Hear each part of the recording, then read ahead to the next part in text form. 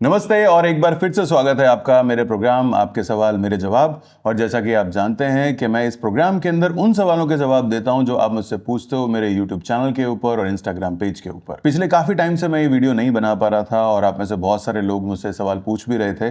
So basically मैं कुछ shoots के अंदर बिजी था, कुछ स्टूडेंट्स के साथ में काम कर रहा था, जिस वजह से मैं ये प्रोग्राम नहीं बना पा रहा था। लेकिन अब फिर दोबारा से मैंने इस प्रोग्राम को शुरू कर दिया है। आप में से जो लोग पहली बार ये वीडियो देख रहे हैं उनको मैं बता दूं कि मेरा नाम है विपिन गौर और मैं एक फैशन एंड कमर्शियल फोटोग्राफर हूं। और YouTube पे वीडियोस बनाने के अलावा मैं प्रोफेशनल शूट्स करता हूं, बहुत सारे ब्रांड्स के लिए शूट कर चुका हूं, बहुत सारे डिजाइनर्स का शूट करता हूं और बहुत सारे सेलिब्रिटीज के साथ शूट कर चुका हूं। तो मैं हमेशा कोशिश करता हूं कि जब भी मुझे टाइम मिले मैं आप लोगों के लिए वीडियोस बना सकूं और जो भी मेरे प्रैक्टिकल एक्सपीरियंसेस हैं वो सभी आप लोगों के साथ शेयर करूं। सो अगर आपको मेरे वीडियोस पसंद आते हैं तो उनको लाइक जरूर करना और इस चैनल पे आप अगर नए हैं तो इस चैनल को आप सब्सक्राइब कर सकते हो और ये जो बेल आइकन है इसको अगर आप दबा दोगे तो जब भी मैं कोई नया वीडियो अपलोड करूंगा उसकी इंफॉर्मेशन आपको मिल जाएगी।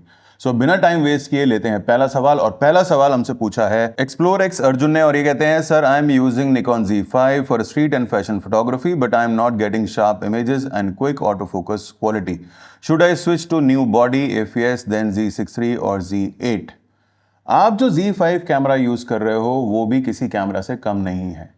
आज की डेट में जितने भी कैमराज आते हैं उन सभी का ऑटो फोकसिंग सिस्टम बहुत अच्छा है। डेफिनेटली कुछ कैमराज का फोकसिंग सिस्टम ज्यादा फास्ट होता है और कुछ कैमराज का फोकसिंग सिस्टम कम फास्ट होता है। कम फास्ट का मतलब ये नहीं कि वो स्लो होता है। और दूसरी बात ये कि जो फोकसिंग सिस्टम है वो सिर्फ कैमरा पे डिपेंड नहीं करता, आप कौन सा लेंस यूज कर रहे हो उस कैमरा के ऊपर, उसके ऊपर भी फोकस बहुत ज्यादा डिपेंड करता है। और तीसरी चीज ये कि आप अगर Z6 III लेना चाहते हो, Z8 लेना चाहते हो तो उसका मुकाबला आप Z5 से नहीं कर सकते। डेफिनेटली Z5 से बेटर है Z6 III और Z8। सो अगर आपको कैमरा अपग्रेड करना है तो आप कैमरा अपग्रेड कर सकते हो, लेकिन अगर आप ये सोच करके कैमरा अपग्रेड कर रहे हो कि मेरा Z5 का फोकसिंग सिस्टम स्लो है तो ये बिल्कुल गलत है। आपको अगर सॉफ्ट इमेजेस मिल रही हैं, शार्पर इमेजेस नहीं मिल रही, तो उसमें कहीं ना कहीं आप ही गलती कर रहे हो, क्योंकि फोकसिंग सिस्टम इतना स्लो किसी भी कैमरा का नहीं हो सकता कि आपको फोकस सही ना मिले, आपको सॉफ्ट इमेजेस मिले। तो सबसे पहले तो आपको यह चेक करना है कि जो आपको सॉफ्ट फोकस लग रहा है क्या वो सॉफ्ट फोकस है या मोशन ब्लर है। और अगर आप क्लियर है कि ये सॉफ्ट फोकस है तो आपको यह चेक करना चाहिए कि जो आप लेंस यूज कर रहे हैं कहीं वो लेंस सॉफ्ट तो नहीं है। और ये आप कैसे चेक कर सकते हो? आप दूसरा लेंस लो, उसको अपने Z5 पे लगाओ और देखो फिर भी आपको वही प्रॉब्लम मिल रही है क्या। और अगर ऐसा है तो आपको आपके कैमरा का फोकसिंग सिस्टम अच्छे से समझना चाहिए।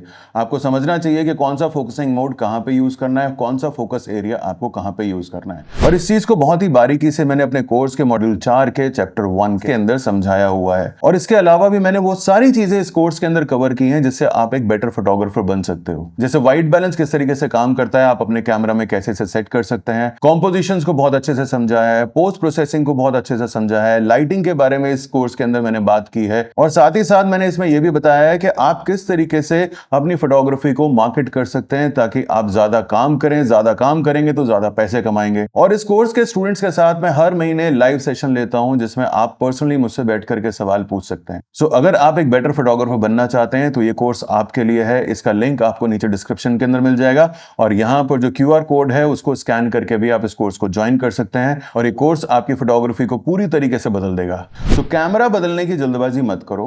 सबसे पहले फोकसिंग सिस्टम को अच्छे से समझो, अपने कैमरा को अच्छे से टेस्ट करो, अपने लेंसेज को अच्छे से टेस्ट करो और उसके बाद भी अगर आपको लगे तब भी कैमरा नहीं बदलना है, कैमरा को सर्विस सेंटर पे लेके जाओ, वहां पर अपनी प्रॉब्लम को बताओ और आपके प्रॉब्लम का सॉल्यूशन हो जाएगा। अब लेते हैं अगला सवाल। और अगला सवाल हमारे से पूछा है श्रीनाथ फिल्म्स ने और ये कह रहे हैं विपिन जी मुझे एक बात बताइए, जो पिक्चर क्वालिटी कैनन की आती है वो निकॉन के अंदर नहीं आ सकती क्या?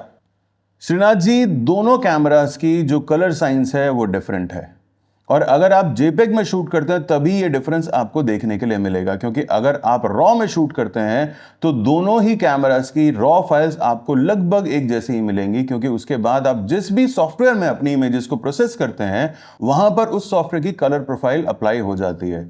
मतलब अगर आप Lightroom को यूज करते हैं तो Lightroom हमेशा Adobe कलर प्रोफाइल को अप्लाई कर देता है और अगर आप Capture One यूज करते हैं तब भी वहां पर Adobe कलर प्रोफाइल अप्लाई हो जाती है। सो अगर आप रॉ पिक्चर्स खींच रहे हैं तब तो आपको डिफरेंस देखने के लिए नहीं मिलेगा, पर अगर आप JPEG में शूट करते हैं तब डेफिनेटली दोनों कैमरास की कलर साइंस में डिफरेंस है और इसमें आप कुछ नहीं कर सकते। आप थोड़ी बहुत एडजस्टमेंट कर सकते हैं अपने कैमरा की कलर प्रोफाइल्स के अंदर। मैंने एक बार ट्राई किया था, कैनन की कलर प्रोफाइल को मैंने क्रिएट किया था और उसको मैंने अपने निकॉन के कैमरा में अपलोड किया था और उसके बाद मुझे लगभग वैसे ही कलर प्रोफाइल मिलनी शुरू हो गई थी। पर मैं आपको एक बात बता दूं कि मैंने 11-12 साल कैनन का कैमरा यूज किया है और मुझे भी ये लगता था कि कैनन के जो कलर्स हैं वो वाकई में बहुत अच्छे कलर्स हैं। लेकिन जब से मैंने निकॉन को यूज करना शुरू किया है तब से मेरे को निकॉन के कलर्स ज्यादा पसंद आते हैं। सो ये बेसिकली एक पर्सनल चॉइस है कि आपको कौन से कैमरा के कलर्स ज्यादा पसंद आ रहे हैं। अगर आपको कैनन के कलर्स पसंद आते हैं तो आपको कैनन की तरफ जाना चाहिए, और अगर आपको निकॉन के कलर्स पसंद आते हैं तो आपको निकॉन की तरफ जाना चाहिए।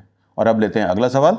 अगला सवाल पूछा है मिलन बासु ने और ये कहते हैं फोटोग्राफी के लिए आईबिस कितना इंपॉर्टेंट है, प्लीज बताइए।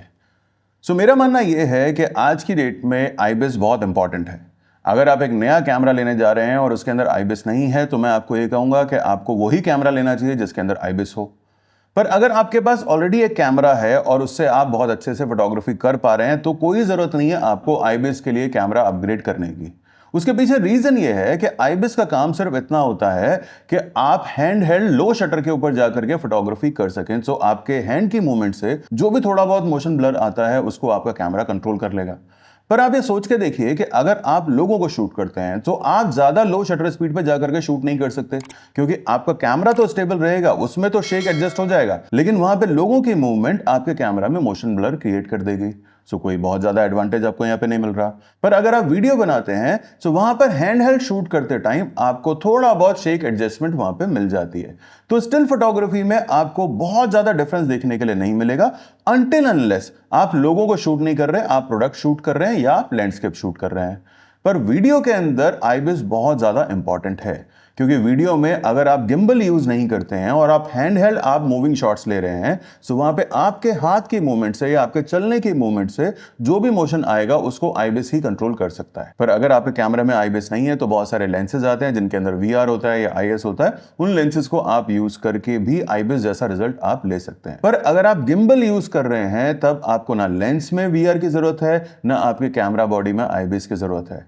सो आईबिस एक ऑप्शन है, एक अच्छा ऑप्शन हो सकता है आपके लिए, लेकिन आईबिस की वजह से आपको कैमरा अपग्रेड करने की बिल्कुल भी जरूरत नहीं है। अब लेते हैं अगला सवाल, और अगला सवाल हमारे से पूछा है करण शेट्टी फिल्म्स ने और ये कह रहे हैं hi sir, I am not getting the major mode option, my camera has also been updated with recent firmware. I also have an issue with my Nikon cameras overriding the white balance even after selecting it in Capture One. So basically इनका सवाल यह है कि Nikon में custom white balance लेते time major mode इनको नहीं मिल रहा है। तो बहुत सिंपल सा आंसर यह है कि अगर आपने अपने कैमरा को USB के साथ अटैच किया हुआ है, आप अगर टीदरिंग मोड के अंदर हैं, तो आपका कैमरा आपको मेजर मोड नहीं देगा। तो आपको USB केबल हटानी है और उसके बाद आपको मेजर मोड मिल जाएगा। और दूसरी बात आप कह रहे हैं कि जब भी आप कैप्चर वन के अंदर वाइट बैलेंस को करेक्ट करते हो तो नेक्स्ट इमेज फिर ऑटो वाइट बैलेंस के ऊपर चली जाती है। उसके पीछे रीजन यह है कि आपने कैप्चर वन को सही तरीके से सेट नहीं किया हुआ।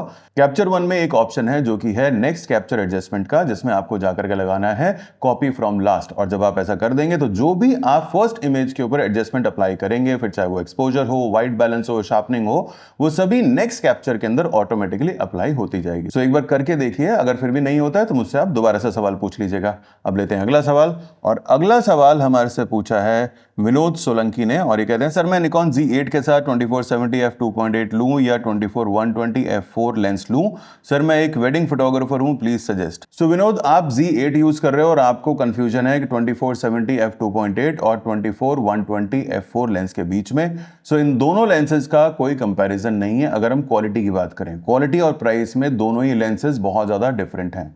2470 f2.8 एक प्रीमियम लेंस है, बहुत ही शार्प लेंस है, बहुत ही अच्छी क्वालिटी है इसकी इमेजेस की, और 24-120 f4 का लेंस उतना ज्यादा एक्सपेंसिव और उतना प्रीमियम लेंस नहीं है। और 24-120 बैक लाइटिंग सिचुएशन के अंदर थोड़ी सी सॉफ्ट इमेजेस प्रोड्यूस करता है, ये मेरी पर्सनल ऑब्जर्वेशन है।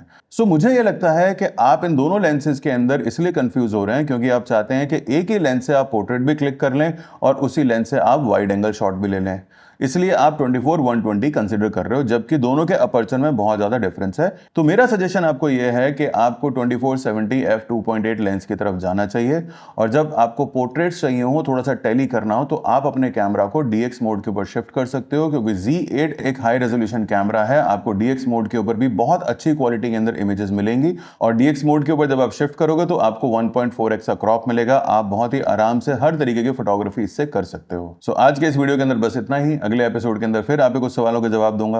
आपको अगर ये वीडियो पसंद आया तो उसको लाइक ज़रूर करना, चैनल अभी तक सब्सक्राइब नहीं किया है तो उसको भी सब्सक्राइब कर लो, और ये जो बेल आइकन है इसको ज़रूर दबा देना ताकि जब भी मैं कोई नया वीडियो अपलोड करूँ आपको उसकी इन्फॉर्मेशन मिल जाए। Thank you for watching this video.